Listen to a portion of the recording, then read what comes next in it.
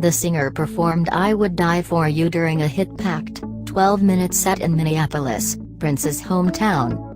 Timberlake also ran into the crowd to dance and pose for photos, in an unfailingly energetic appearance. And he tacitly acknowledged his last Super Bowl performance in 2004, which ended with Janet Jackson's infamous wardrobe malfunction. On that occasion, he ripped a panel off Jackson's bodice, revealing her right breast as he sang the lyric "Gonna Have You Naked" by the end of this song. When he reached that line on Sunday night, Timberlake stopped the music and cut to another song. The gesture is unlikely to have impressed Jackson's fans, who still resent the fact that her career was derailed by the incident, while Timberlake emerged relatively unscathed. Ahead of the show, the hashtag #JusticeForJanet trended on Twitter, in the hope Timberlake would invite her back, but Jackson shut down that speculation earlier on Sunday. Instead, Timberlake's show, broadcast on a 5-second delay that was instigated after the 2004 Super Bowl, was largely controversy-free. His most divisive move was probably the decision to wear a shirt featuring a photograph of two caribou, which looked less like a stage outfit than your computer's desktop wallpaper.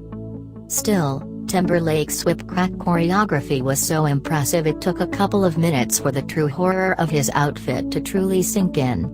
He started the show backstage, performing his current single, "Filthy," before dancing down an elevated walkway to the center of the stadium.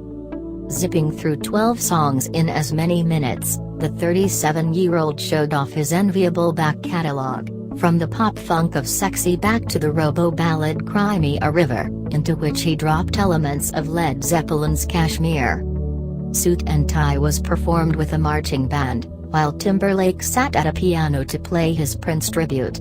"Minneapolis, Minnesota, this one's for you," he declared, singing a new arrangement of "I Would Die For You" over an archive recording of Prince's vocals, as images of the late superstar were projected behind him. As the song reached its climax, the area around the stadium was bathed in purple lights, forming the love symbol Prince adopted as his name in the 1990s. However, rumors that Timberlake would introduce a hologram of the pop icon turned out to be false. Prince's estate confirmed on Twitter that there were never any plans for such a stunt, although, in a neat touch, Timberlake's band included guitarist Mike Scott, a longtime player in Prince's band. Timberlake made full use of the U.S. Bank Stadium throughout his high-octane show, darting from one end of the pitch to another with barely a pause for breath. He ended the show in the bleachers, singing "Can't Stop the Feeling" with a bewildered teenage fan. "That would have been my worst nightmare," noted BBC Super Bowl presenter Mark Chapman afterwards. "There's at least 100 million people watching this in America alone, and you're meant to dance with Justin Timberlake on television." But it ended well, with Timberlake posing for a selfie with the youngster, instantly making him a star. It was one of the few human moments in an expertly polished performance. But the show lacked any of the spectacle we've come to expect from the Super Bowl, whether it's Lady Gaga jumping off the ceiling of Houston's NRG Stadium or Katy Perry's infamous "Left Shark" 3 years ago.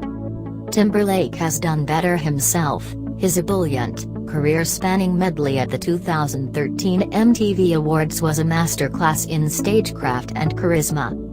Maybe inviting Jackson back to make amends would have added some much-needed frisson, after all.